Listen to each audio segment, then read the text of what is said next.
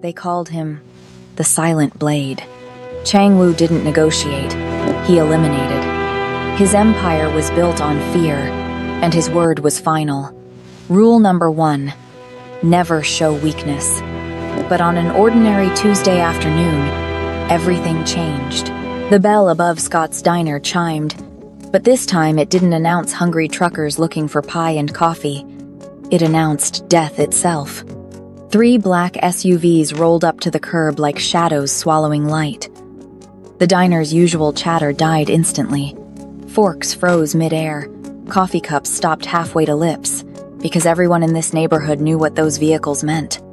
Chang Wu stepped through the door, his charcoal suit sharper than any blade he'd ever carried. The intricate black tattoo crawling up his neck seemed to pulse with menace. Behind him, 2 stone-faced bodyguards in matching dark suits and sunglasses scanned the room like predators assessing prey. Nicole Scott's tray slipped from her trembling hands. The crash of shattering plates exploded through the silence like a gunshot. Her heart hammered against her ribs as one thought screamed through her mind. Mama Lu. Her grandmother sat alone in the corner booth, her wooden cane resting against the red leather seat, her floral dress and beige cardigan making her look impossibly fragile in this moment of terror. Nicole's legs moved before her brain caught up, stumbling toward her grandmother, arms outstretched as if she could somehow shield the woman who raised her from what was coming. Chang Wu's footsteps echoed across the black and white checkered floor. Steady, deliberate, final. Nicole positioned herself between the Mafia boss and her grandmother, her voice cracking as she screamed, "Don't touch her, please. Whatever you want, I'll—" But Chang Wu walked past her like she was invisible. His eyes were locked on Mama Lu, and for the first time in 15 years, something flickered behind that ice-cold gaze, something that looked almost human. Then the impossible happened. The most feared man in the city, the man who'd allegedly skinned his enemies alive, the man whose very name made hardened criminals weep, stopped in front of the elderly woman and did something no one had ever seen him do. He bowed. Not a polite nod, not a casual gesture. A full, 90-degree, submissive bow. His designer suit bent with him, his tattooed neck exposed and vulnerable, his hands perfectly still at his sides. The bodyguards remained frozen. The patrons under tables held their breath. Nicole's hands flew to her mouth, her eyes wide with shock and confusion. And Mama Lu? She looked up at this dangerous stranger with her steady, kind eyes, and something in them changed. Recognition, memory, understanding. "You," she whispered, her weathered hand tightening around her cane. "You're that boy." Chang Wu's voice, when he finally spoke, was so quiet it barely carried across the booth, but everyone heard it because the entire diner had become a tomb. "You fed me when I was a ghost, Halmoni. You saved me when the world had left me to die. But what did this humble grandmother do to earn the loyalty of the city's most ruthless killer? Why would a man who shows no mercy bow before her like a devoted son? And what happens when his enemies discover that the Silent Blade finally has someone he would die to protect?" Before we dive deeper into this story, take a moment to subscribe and like this video and let me know in the comments what you think is going to happen next. It truly means so much to see this community grow. Every like, comment, and share you give helps us bring more incredible stories to life together. Now, let's find out what secrets Mama Lu is hiding, and how a bowl of soup 15 years ago set off a chain of events that will turn this quiet diner into a battlefield. The silence stretched like pulled taffy, thick and suffocating. Mama Lu's eyes, those warm, knowing eyes that had seen decades of joy and pain, studied the bowed figure before her. Her trembling fingers reached out, hovering just above Chang Wu's head before gently touching his hair, the way a mother touches a child she thought she'd lost. "Chang," she breathed, and the name fell from her lips like a prayer. "Little Chang. You were so thin, so scared." His shoulders shook, just once, before he straightened. When he lifted his head, Nicole saw something that made her blood run cold, not because it was frightening, but because it was impossible. There were tears in the eyes of the silent blade. "I was dying that winter," Chang-Woo said, his voice raw and unguarded in a way that made his bodyguards shift uncomfortably. 15 years old. Starving. Running from people who wanted me dead. I collapsed behind your soup kitchen in the snow. And you," his voice cracked, "you brought me inside. You fed me. You didn't ask questions. You didn't demand anything. You just gave." Mama Lou's weathered hand cupped his face, and impossibly, the most dangerous man in the city leaned into her touch like a lost child finally coming home. "I remember," she said softly. "You ate 4 bowls of soup, wouldn't look me in the eye, had a nasty cut on your neck." Chang-Woo's hand instinctively went to his tattoo, to the ink that covered old scars and older pain. "You told me that no matter how dark the night got, morning always comes. You said I was worth saving. You were. You are." Nicole stood frozen, her mind struggling to reconcile the scene before her. This was the man the news called a monster, the man whose name made police officers look over their shoulders. And he was crying in her grandmother's hands like a broken boy. Chang-Woo straightened fully, composing himself with visible effort. He reached into his jacket. Nicole tensed, but he only pulled out a thick envelope. He placed it on the table with reverence, as if he were making an offering at an altar. "For the meal," he said, "and the meals after, and the debt I can never truly repay." Then he turned and walked out, his bodyguards falling in behind him like shadows. The SUVs pulled away, leaving only the sound of Nicole's ragged breathing and the faint trembling of coffee cups still rattling in their saucers. Nicole rushed to the table, grabbed the envelope, and ripped it open. Her hands went numb.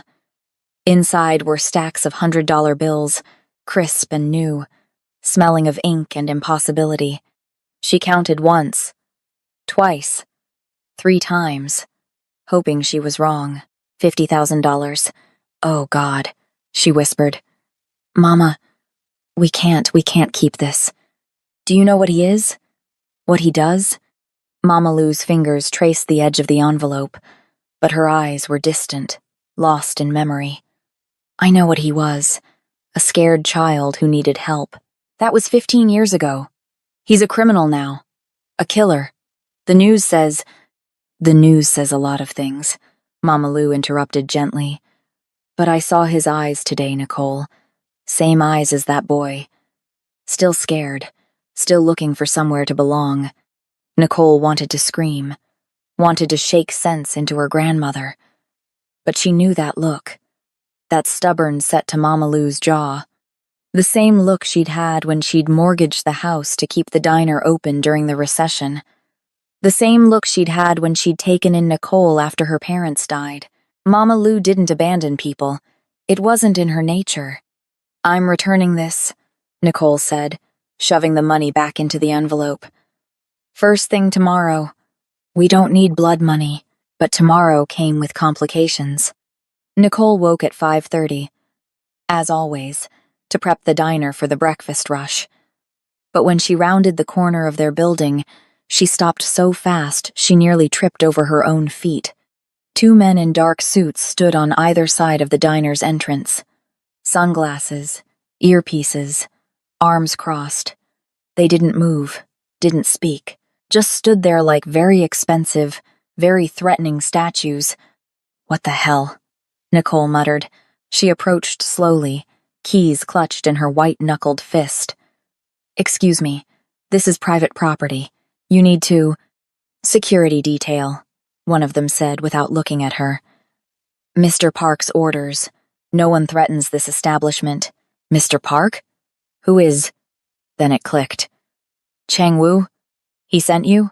We're here for your protection, ma'am." "I didn't ask for protection." The man's expression didn't change.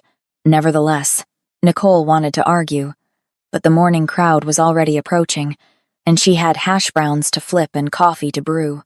She unlocked the door with shaking hands and stormed inside, the bodyguards taking their positions like they'd been there forever. By 7 a.m., it was clear this was a disaster. Old Mr. Peterson, who'd been coming in for 30 years for his eggs and bacon, took one look at the guards and turned around. The truck drivers who usually filled the counter stools drove right past. Even the teenagers who hung out in the back booth after school crossed to the other side of the street. By noon, Nicole had served exactly 3 customers.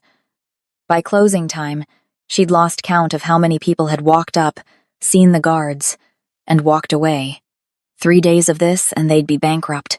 She found the address in the phone book because, of course, a Mafia headquarters was just listed there like a dentist's office. The building was downtown, an old warehouse that had been converted into something sleek and modern and vaguely menacing, the kind of place where fortunes were made and people disappeared. Nicole stormed past the confused receptionist, past more men in suits, straight to the double doors at the end of the hall. She kicked them open with more courage than sense. Chang Wu looked up from behind a massive desk, surprise flickering across his face before settling back into that careful mask of control. Around him, 5 other men in expensive suits reached for weapons that Nicole really hoped they weren't about to use. "You're killing my business," she snapped before anyone could throw her out. "Your protection is scaring away every customer we have. We'll be closed in a week if this continues." Chang Wu raised one hand, and the room settled. He studied her for a long moment, and Nicole fought the urge to step back. This wasn't the broken boy from Mama Lou's story. This was the man who'd built an empire on fear. "Sit," he said finally. "I'll stand." His jaw tightened. "Sit, please." The please did it. Nicole sat. Chang Wu dismissed the others with a gesture. When they were alone, he leaned back in his chair, the leather creaking softly. "I owe your grandmother everything. Putting guards on the diner is the least I can do." "The least you can do is leave us alone," Nicole shot back. "We were fine before you showed up. We don't need your guilt or your money or your men with guns. You need more than you realize." Chang Wu said quietly, "My enemies will notice that I care about that diner. They'll use it. Use you. Use Mama Lou. I can't let that happen." "Then don't care about it," Nicole said. "Walk away. Forget you ever came back." Something painful crossed his face. "I tried that for 15 years. It didn't work." They stared at each other across the desk, 2 people separated by everything except one elderly woman who'd shown kindness when the world showed none. "What if," Chang Wu said slowly, "we compromise? I remove the visible guards, but I install a security system. Cameras, silent alarms. If anything happens, my people can be there in 3 minutes. And that's it? No men lurking outside? No black SUVs? No visible presence?" He agreed. "But I reserve the right to visit, for coffee." Nicole wanted to refuse, wanted to tell him to stay away forever. But she saw the same thing Mama Lou had seen, desperation wrapped in expensive suits and tattoos. A boy still looking for somewhere he belonged. "Fine," she said, "but you come alone. No entourage, no drama. You're just another customer. Deal." The security system was installed overnight by men who moved like ghosts. Nicole wouldn't have even known they were there, except for the small cameras now discreetly mounted in the corners and the new keypad by the back door. Chang Wu showed up the next Tuesday at 2 p.m., during the dead zone between lunch and dinner. He wore a simple black button-down and jeans, looking almost normal except for the tattoo crawling up his neck, and the way he moved like violence was always just beneath the surface, coiled and ready. Nicole poured him coffee without being asked. The cup rattled slightly when she set it down. "Black, right?" she said. He nodded, wrapping his hands around the cup like he was trying to memorize the warmth. "Your grandmother still makes the soup? The one with the thick noodles and the beef? Every Wednesday. I'll come Wednesday then." They sat in awkward silence, Nicole wiping down an already clean counter, Chang Wu staring into his coffee like it held answers to questions he hadn't asked. "Why did you come back?" Nicole asked finally. "After all these years. Why now?" Chang Wu was quiet for so long she thought he wouldn't answer. "Then, I heard Mama Lou was sick last year. Heart trouble.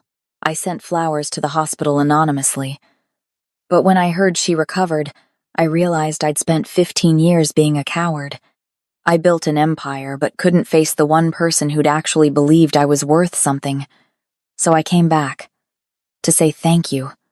To make sure she was protected. He trailed off. To come home. Nicole finished softly. He looked at her then. Really looked at her. And she saw past the tattoos and the reputation to the truth underneath. He was just as scared as she was.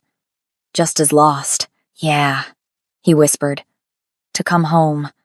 Wednesday came, and with it, Mama Lou's soup. Chang Wu arrived at 1:30, early enough that the diner was empty except for one regular old Harry, who sat in his usual spot nursing a coffee and working on his crossword puzzle. Nicole served Chang Wu a steaming bowl, and for the first time since he'd walked back into their lives, she saw him smile. Really smile. It transformed his face, made him look younger, almost innocent. This is exactly how I remembered it, he said after the first spoonful. 15 years, and it hasn't changed at all. Why would we change perfection? Mama Lou called from the kitchen, her voice warm with affection. They settled into a strange routine after that. Chang Wu came twice a week, always during the slow hours, always alone. He'd drink coffee, eat whatever Mama Lou cooked, and sometimes, when Nicole was brave enough, they'd talk. About everything except what he did for a living. That remained unspoken, the elephant in the room that they both pretended wasn't there. 3 weeks passed like this. 3 weeks of careful peace. 3 weeks of Nicole almost forgetting who Chang Wu really was. Then the Vipers arrived. It was a Thursday afternoon, the diner moderately full with the after-school crowd. Nicole was refilling waters when the door swung open hard enough to crack against the wall. 3 men walked in, and Nicole's stomach dropped. She knew trouble when she saw it. These men wore it like cologne, cheap leather jackets, visible weapons, attitudes that screamed violence. The leader was tall and rail-thin, with a snake tattooed on his bald head. His eyes swept the diner with cold assessment before landing on Nicole. Well, well, he drawled, sauntering toward the counter. This is the famous Scott's Diner, the place that caught the attention of the Silent Blade himself. Nicole's hand tightened on the water pitcher. We're just a diner. Nothing special. Can I get you gentlemen some coffee? Gentlemen. The man laughed. Hear that, boys? She called us gentlemen. He leaned across the counter, and Nicole smelled cigarettes and something chemical on his breath. Here's what I think, sweetheart. I think Chang Wu's gone soft. I think he's got a thing for playing house with pretty waitresses and their grandmas, and I think that makes him weak. I think you should leave, Nicole said, her voice steadier than she felt. Or what? The man's hand shot out, grabbing her wrist. His grip was iron and cruel. You gonna call your boyfriend? Tell him the Vipers came too. Let her go. The voice came from the corner booth, where Chang Wu had been sitting so quietly that Nicole had almost forgotten he was there. But she remembered now. Everyone remembered now. He stood slowly, deliberately, setting his coffee cup down with the kind of care that spoke of controlled fury. His eyes had gone flat and dark, and suddenly the temperature in the diner dropped 20 degrees. The Viper leader's smile faltered. Chang Wu. Didn't see you there, brother. We were just, I said. Chang Wu interrupted, walking forward with measured steps. Let her go. The hand on Nicole's wrist tightened for a moment, a flex of stupid pride before releasing. She stumbled back, rubbing the red marks already forming on her skin. Chang Wu was still walking. The 3 Vipers shifted nervously, hands drifting toward weapons they suddenly weren't sure they wanted to draw. This is Viper territory now, the leader tried, but his voice had lost its swagger. We're just marking what's ours. You're mistaken, Chang Wu said, and now he was close enough that the Viper had to look up to meet his eyes. This diner is under my protection. Everyone in it is under my protection. Touch them again, and I'll show you why they call me the Silent Blade. You can't. It happened so fast, Nicole almost missed it. One moment the Viper was talking. The next, Chung-woo had grabbed his hand, the same hand that had grabbed Nicole, and twisted. The crack echoed through the diner like a gunshot. The man's scream was raw and animal. He dropped to his knees, cradling his shattered hand. His friends reached for their weapons, but Chang-woo hadn't moved, hadn't even looked at them. He simply raised his other hand, and something in that gesture stopped them cold. "Tell Kang-dae," Chang-woo said, his voice soft and terrible, "that if he sends anyone near this diner again, I won't just break their hands. I'll make them wish they'd never been born.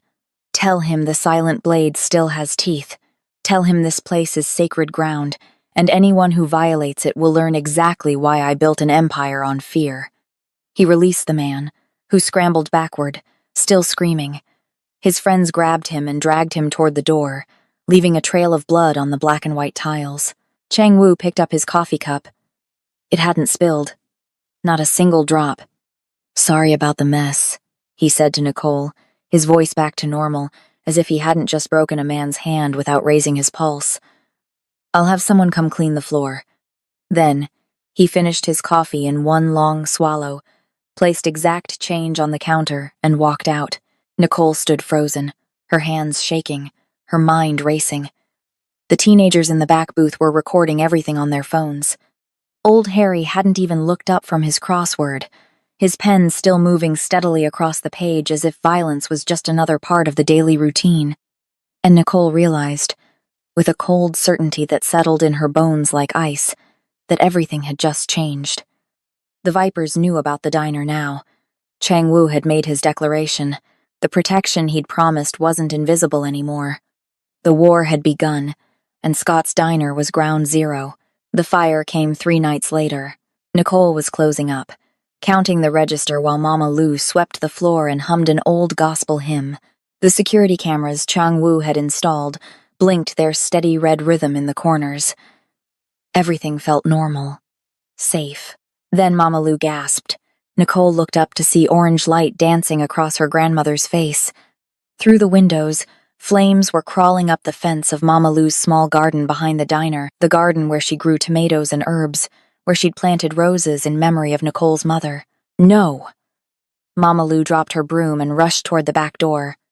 Nicole caught her, held her back as the fire spread faster, hungrily consuming the wooden fence posts, the raised beds, 15 years of carefully tended life.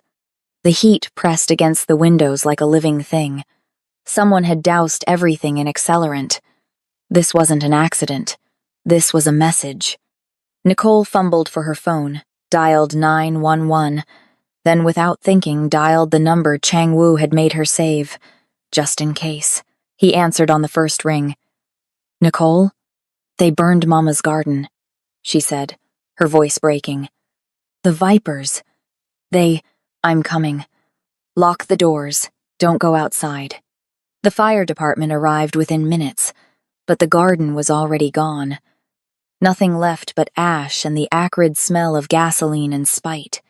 Mama Lu stood at the window, silent tears tracking down her weathered cheeks, and Nicole wanted to break something, wanted to scream, wanted to make someone pay. Chang-woo arrived as the firefighters were packing up. He walked through the smoldering remains, his jaw tight, his hands clenched into fists. When he came back inside, his eyes were darker than Nicole had ever seen them. "Pack your bags," he said without preamble. "Both of you. I have a safe house upstate. Armed guards. Secure perimeter. You'll be protected until I can—" "No," Mama Lu said. Chang-woo blinked. "Mama Lu, they're escalating. Next time it won't be a garden. Next time they'll—" I said no. Mama Lu's voice was steel wrapped in velvet.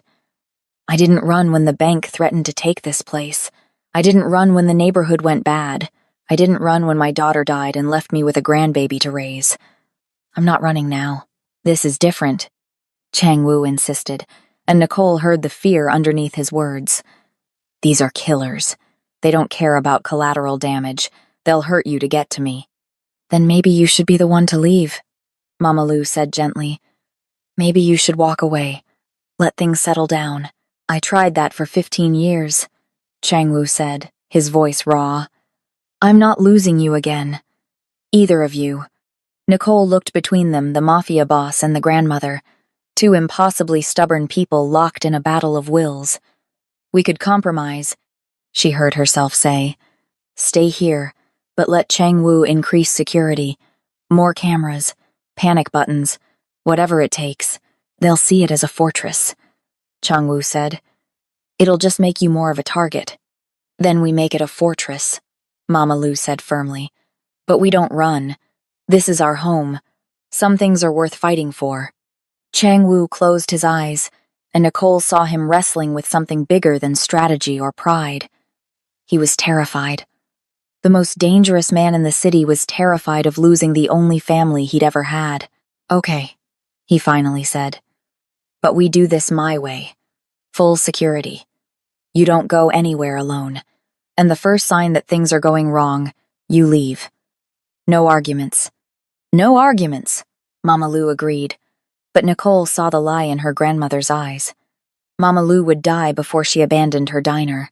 The next week passed in tense anticipation. Chang-Woo's people reinforced the doors, installed bulletproof film on the windows, and placed weapons in strategic locations, just in case. Nicole learned where the panic buttons were, memorized the emergency numbers, and tried to pretend that life was normal while living in what felt increasingly like a bunker. Business picked up slightly. Word had spread about the Viper's warning, and perversely, it drew people in. Curiosity seekers, thrill seekers, people who wanted to see the place that had caught the attention of two criminal empires. Chang-Woo came every day now, sometimes multiple times, always watching the door, always positioned between the entrance and wherever Mama Lu was sitting. Nicole caught him checking his phone obsessively, saw the messages he didn't share, the calls he took outside that left his expression grimmer each time. How bad is it? She asked one afternoon when the diner was empty except for them. Bad, he admitted. Kang Dae sees this as an opportunity. If he can kill me, he takes over my territory. If he can make me look weak, my own people will turn on me. Either way, he wins. And if you just gave him what he wants, let him have the territory? Chang-Woo laughed, but there was no humor in it. It's not about territory anymore. It's about pride, about proving he's stronger than the silent blade. He won't stop until one of us is dead. So what do? We wait, Chang-Woo said. And we hope I'm better at this game than he is. Someone's feeding them information, he added after a moment, his voice tight with frustration. They know too much. When I visit, what routes I take, even what security upgrades we've made. There's a leak somewhere. Nicole glanced around the diner. A handful of regulars sat in their usual spots, the construction workers at the counter, Mrs. Chen with her eternal cup of tea, old Harry doing his crossword in the corner booth.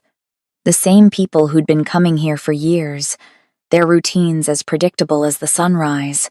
You think it's someone here? She asked quietly.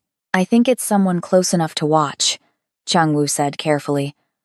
But I don't know who yet. The storm hit on a Tuesday night in early March. Rain came down in sheets, turning the streets into rivers, the sky into something dark and furious. Nicole was prepping for the dinner rush when the lights flickered once, twice, then died. The dinner rush never materialized. The storm had kept people home. Even old Harry, their most reliable regular, had called earlier to say he wasn't venturing out in this weather. The diner was empty except for Nicole and Mama Lu, which turned out to be both a blessing and a terrible vulnerability. The backup generator should have kicked in immediately. It didn't. Nicole? Mama Lu's voice came from the kitchen, tight with worry. Stay there, Nicole called, grabbing the flashlight Chang-Woo had insisted she keep behind the counter. Her phone rang. Chang-Woo, the power's out, she said before he could speak. I know. It's not an accident. Someone cut the main line and disabled your generator. I'm 5 minutes away, but Nicole, they're coming. The Vipers. Tonight. Nicole's blood turned to ice. How do you know? I have someone on the inside. He just sent word. A full hit squad. Maybe 10 men. They're planning to burn the place down with you inside, then pin it on a gas leak. You need to get Mama Lou and run. Now. The doors, Nicole said, her mind racing even as panic threatened to swallow her whole. Chang-Woo, they're reinforced, remember? We can barricade ourselves in, wait for you to arrive with backup. Nicole, we're not running, she said, and meant it. Tell me what to do. A pause. Then, the gun behind the register. Get it. There's another under the counter by the kitchen. Bullets are in the drawer marked receipts. Lock the front door. Barricade it with tables. Move Mama Lou to the center booth it has the most cover. And Nicole, yeah? I'm 3 minutes away. You just need to hold for 3 minutes. The line went dead. Nicole moved on autopilot, muscle memory and adrenaline taking over where rational thought failed. She locked the front door, dragged 2 heavy tables across it. The gun was exactly where Chang-Woo said it would be, a Glock 19, heavy and cold in her shaking hands. Mama, she called, her voice surprisingly steady. We need to move you. Mama Lou emerged from the kitchen, leaning on her cane, her face calm despite everything. They're coming, aren't they? Yes. Then let's get ready.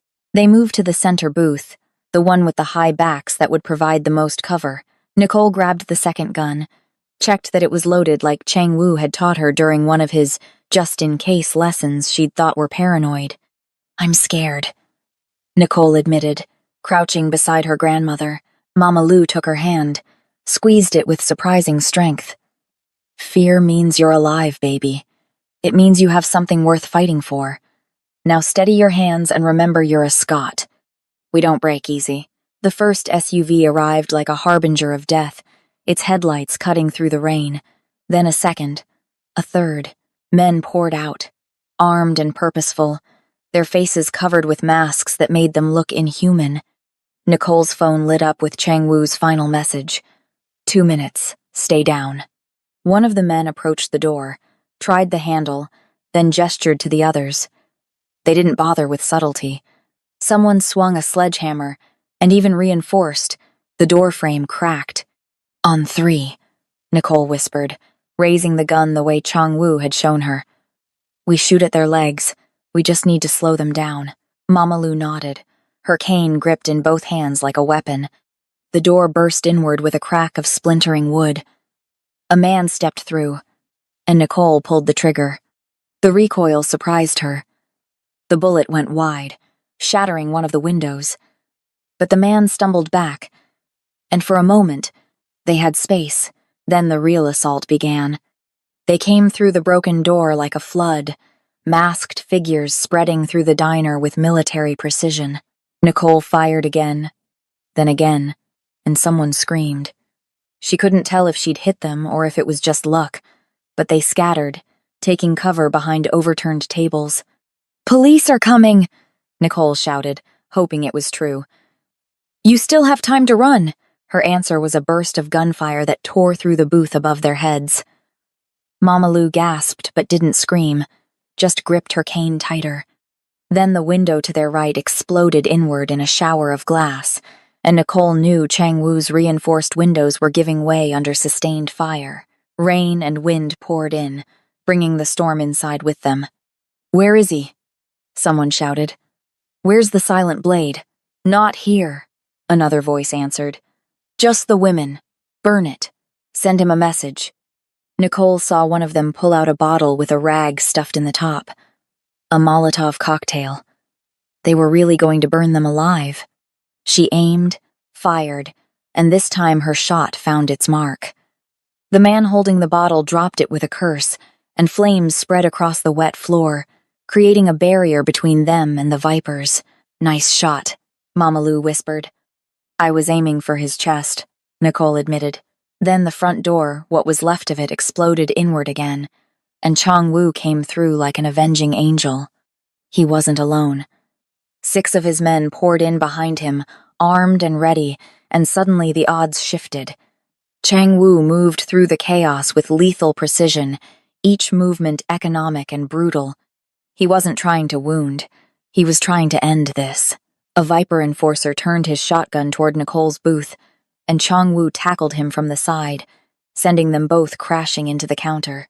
The sound of breaking bone echoed above the gunfire. "Get them out!" Chang-woo shouted to his men, but Nicole saw what he didn't. 3 more Vipers were coming through the shattered windows, flanking around toward the kitchen exit.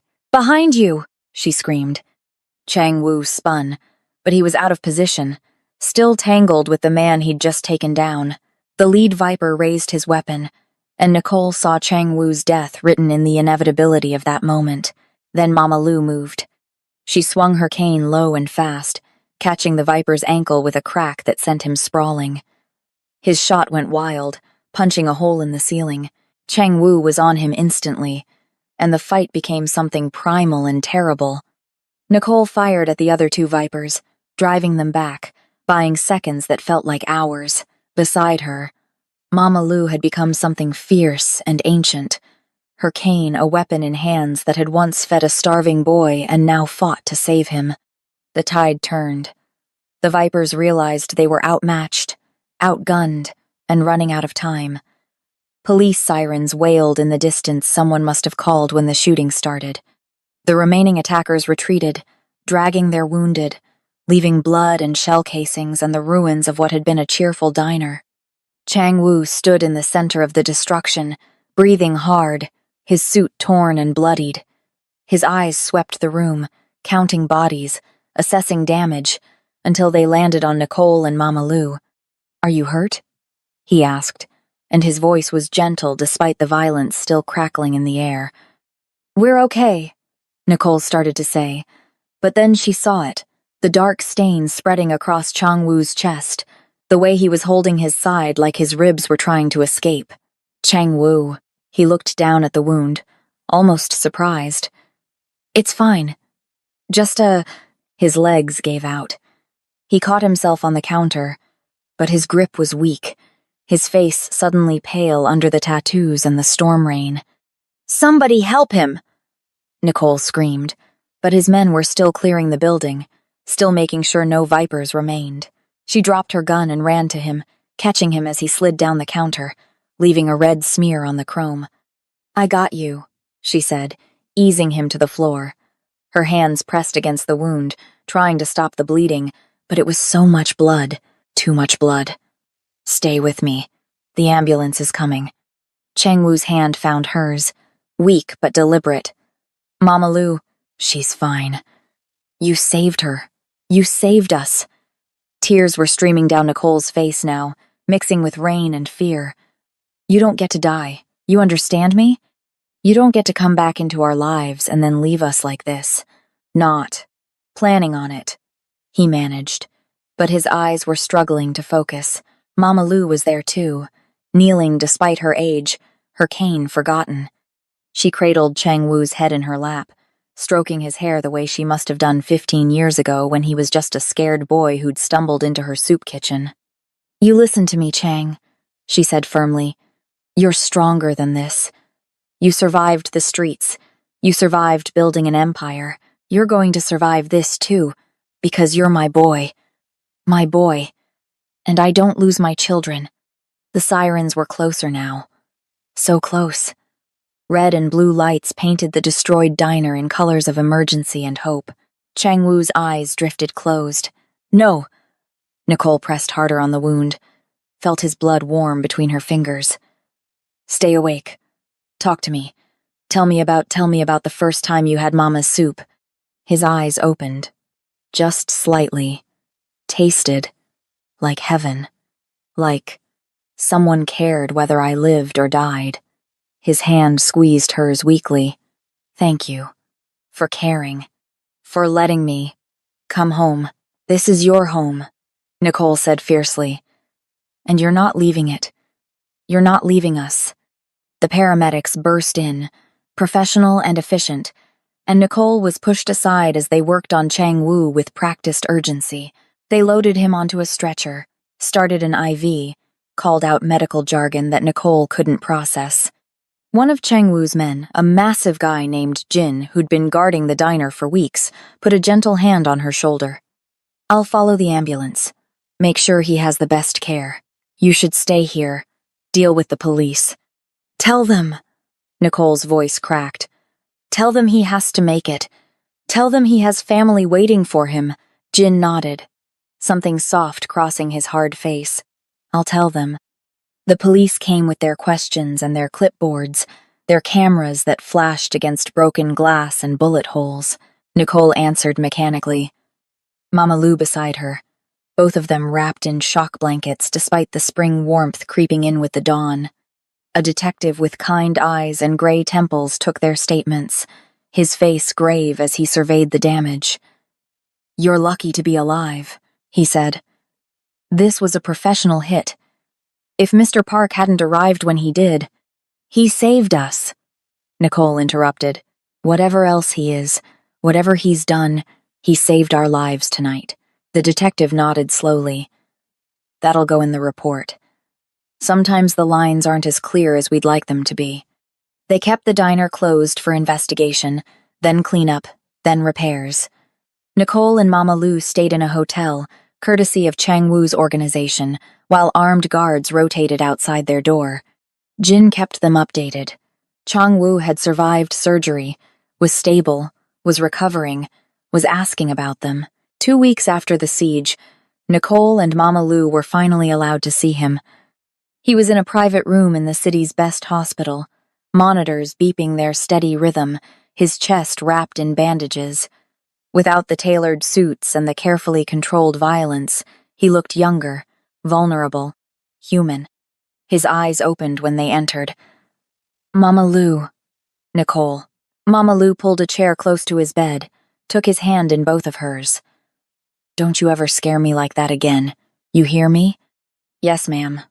A small smile crossed his face, then winced. Ribs. Good, Mama Lou said without sympathy.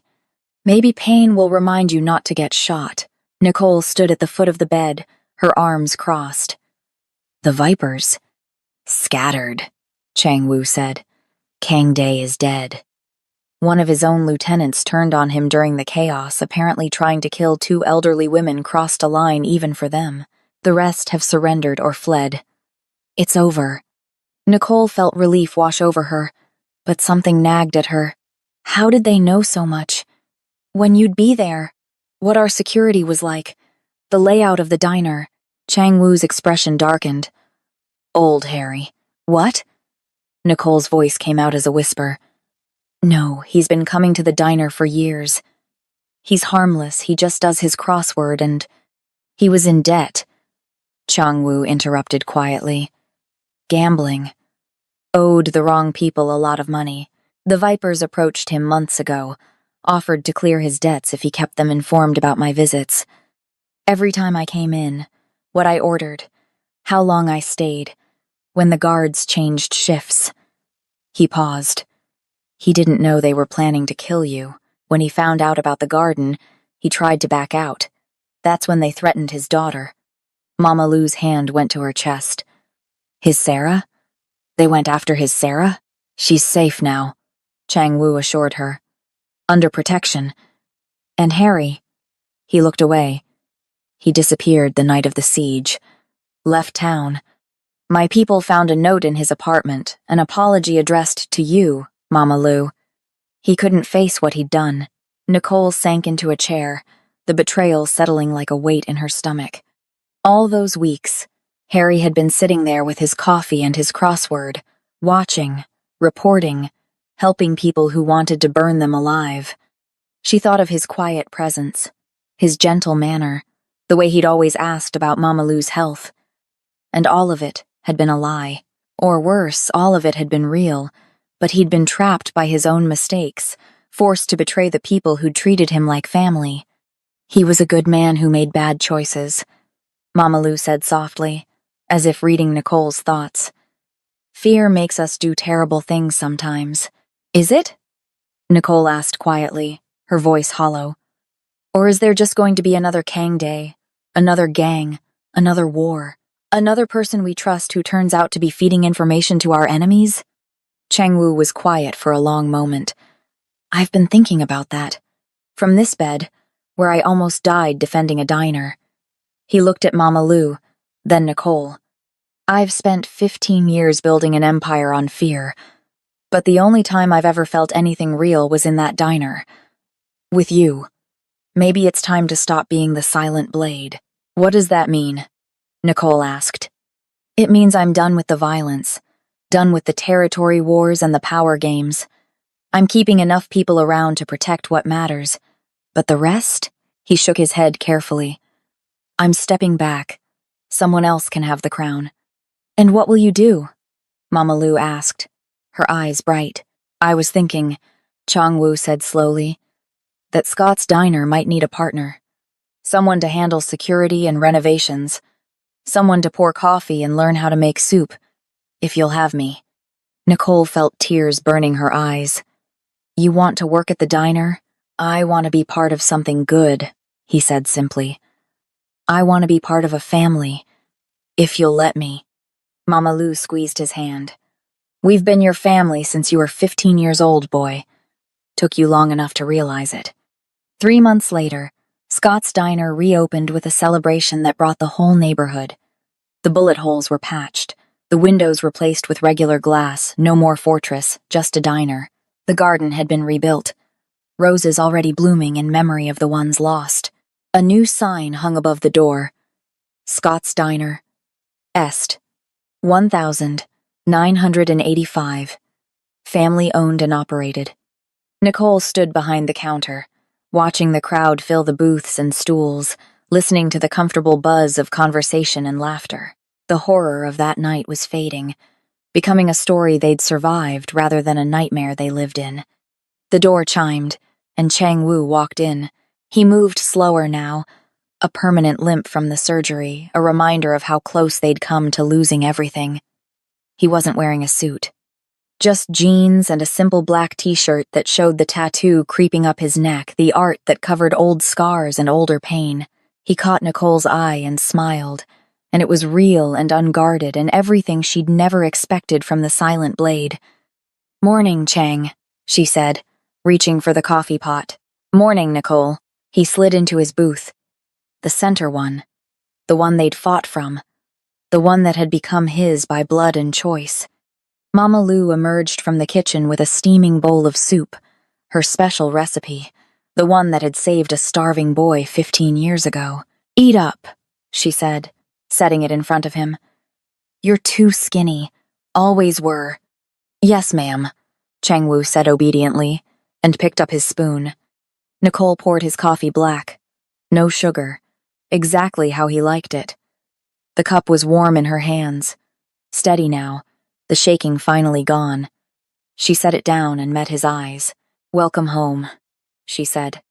And Chang-Woo, former gang lord, feared killer, the silent blade himself smiled at his family and said simply, It's good to be home. Outside, the morning sun burned through the last of the storm clouds. Inside Scott's diner, 3 people who'd found each other across years and violence and impossible odds sat together, bound by soup and sacrifice, and the understanding that sometimes the strongest families are the ones we choose. The door chimed as more customers entered, hungry for breakfast and the story of the diner that had survived.